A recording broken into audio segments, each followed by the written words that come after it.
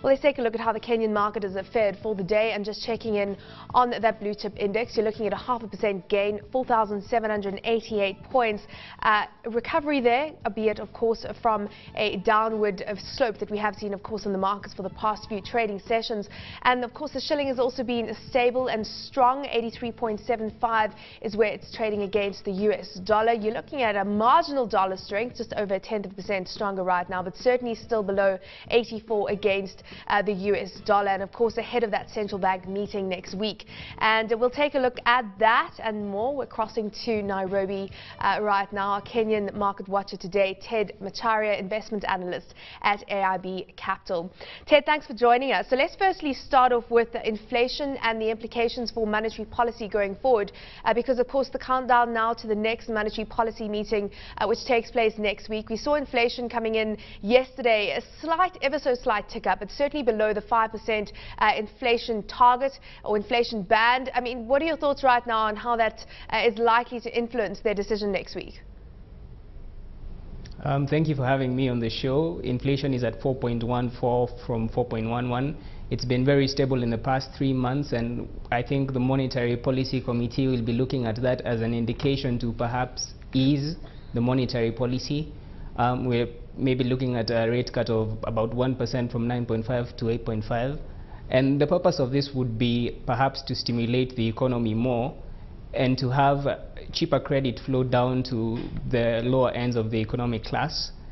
I think, however, they might also decide to hold it as it is and see how macroeconomic climate pans out, considering that we have a new government in power, and we might have some new policies coming into place.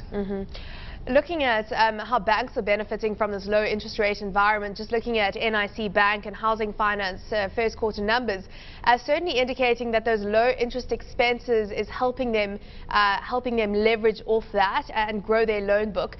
Do you think that this is a trend that is going to continue? Do you think that other banks are also benefiting in the same way?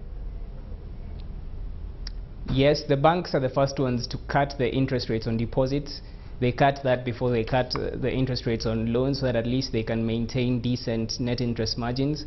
I think perhaps the greater story we are seeing in the quarter earnings is the drop in loans and advances to customers, and also in the customer deposit base. That might be perhaps an element of the economic cycle, but it might also just reflect what has been happening in quarter one, that loan uptake reduced and that customer deposits also reduced on account of the general elections.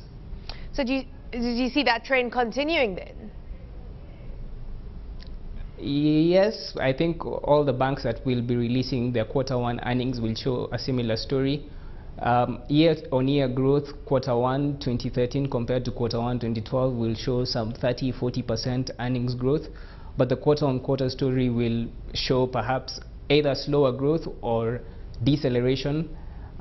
Interest expenses will obviously fall, as they have compared to 2012, because in 2012 the interest rates were extremely high, talking about the range of 19%.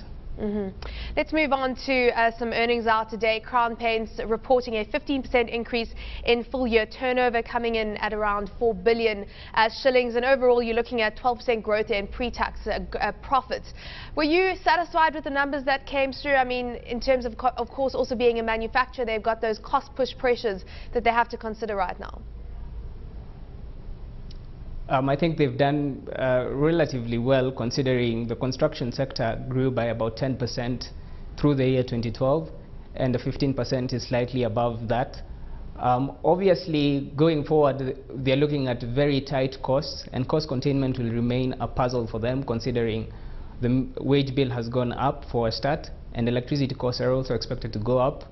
Fuel has become a problem in transportation of paint, so I think they have done well enough with the factors that were affecting the business. That being said, I mean, you're still looking at top line growth outpacing bottom line growth, but still the company is looking to take advantage of, I suppose, growth in the region, of increased infrastructure spend, of construction that's taking place. Do you think that they're well placed right now to be able to benefit from that, and I suppose continue to grow that 4 billion shilling revenue line right now?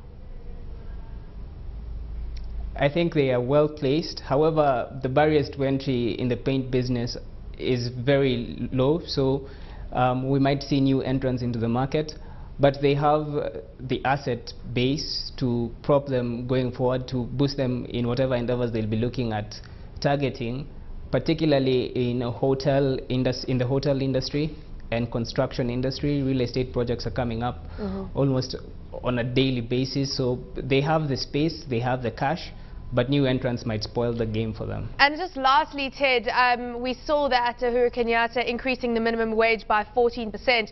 And of course, manufacturers have a lot to say about this. Crown Paints is a manufacturer, but there are a lot of companies that are listed that would be affected by this. I mean, which are the companies that stand out for you?